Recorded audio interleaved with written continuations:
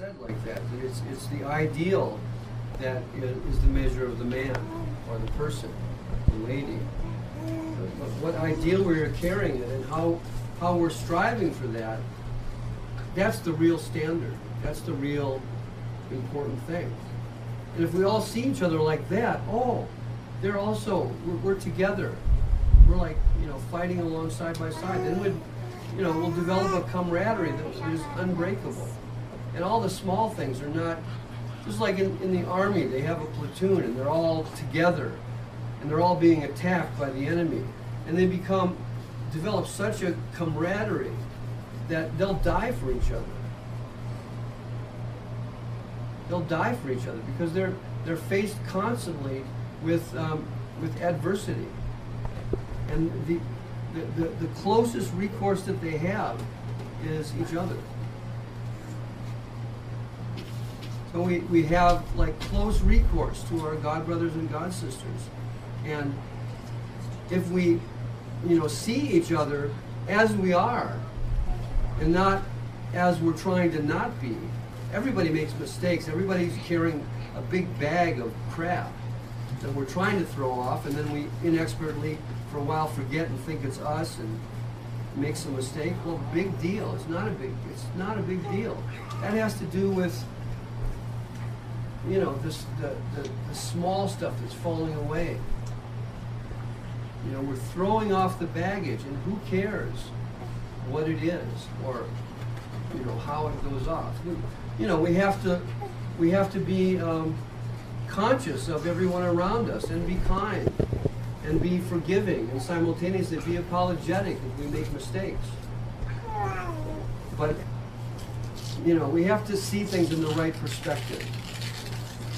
The external exchanges and problems are not significant. The real thing is that we're all trying for the same thing. When we're all together in kirtan, we feel that. But how to bring that feeling of kirtan to like how we are all the time? That's the challenge of Krishna consciousness.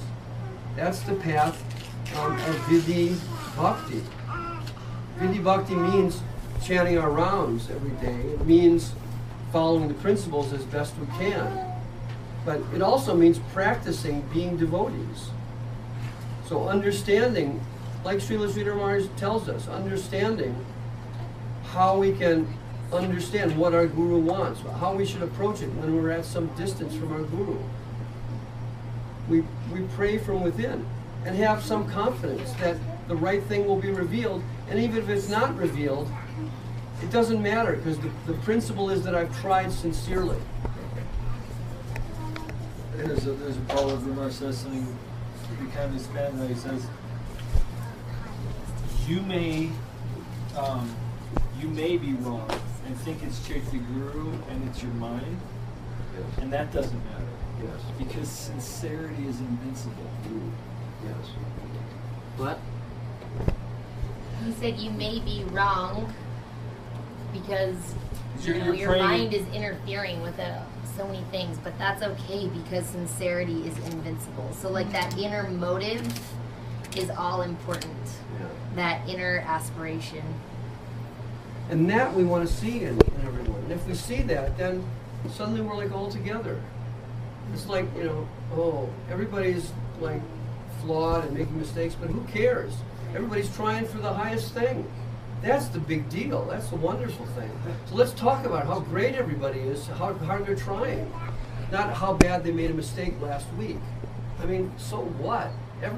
You want to count mistakes? Srila Sridhar Maharaj told us, you'll count forever. There's no limit. It's the material world. It's drain inspector, he said.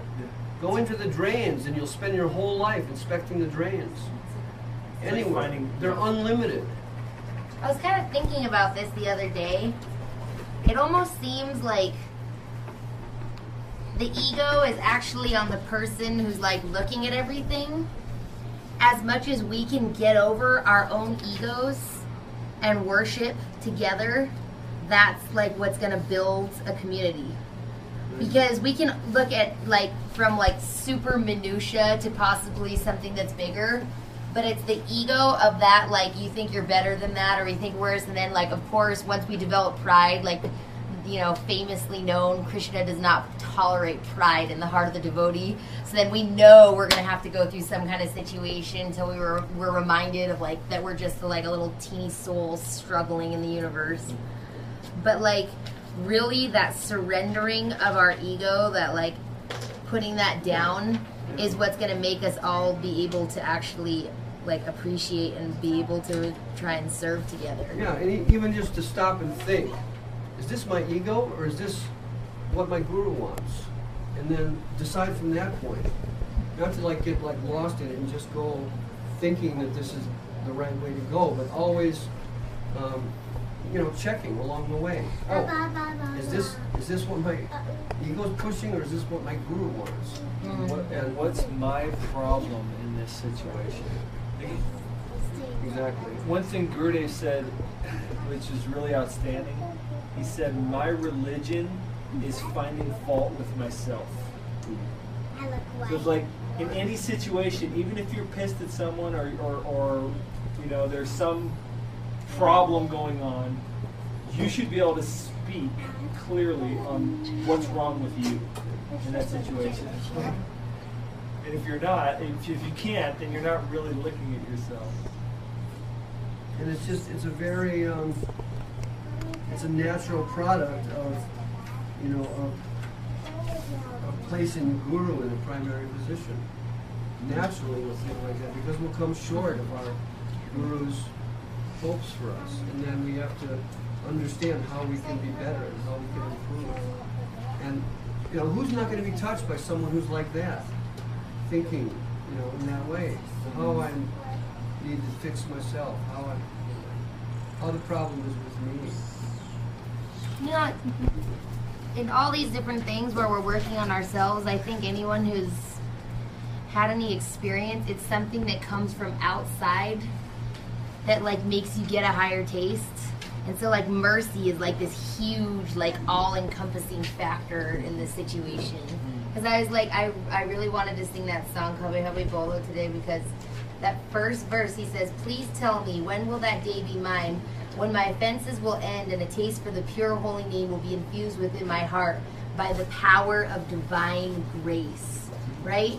It's just by the power of grace we get a taste where we can finally like leave something else behind. By the power of grace we can see that it's like our huge ego that's like holding us back. By the power of grace we want to do this with our lives, right? It's like all of these things, it's like I can't do it without grace. That when we're talking about those four elements in action, mercy is there, and mercy is Krishna, so it's completely independent, and he can act. So we see sometimes mercy comes inexplicably, but mercy also comes explicably in a reciprocal way.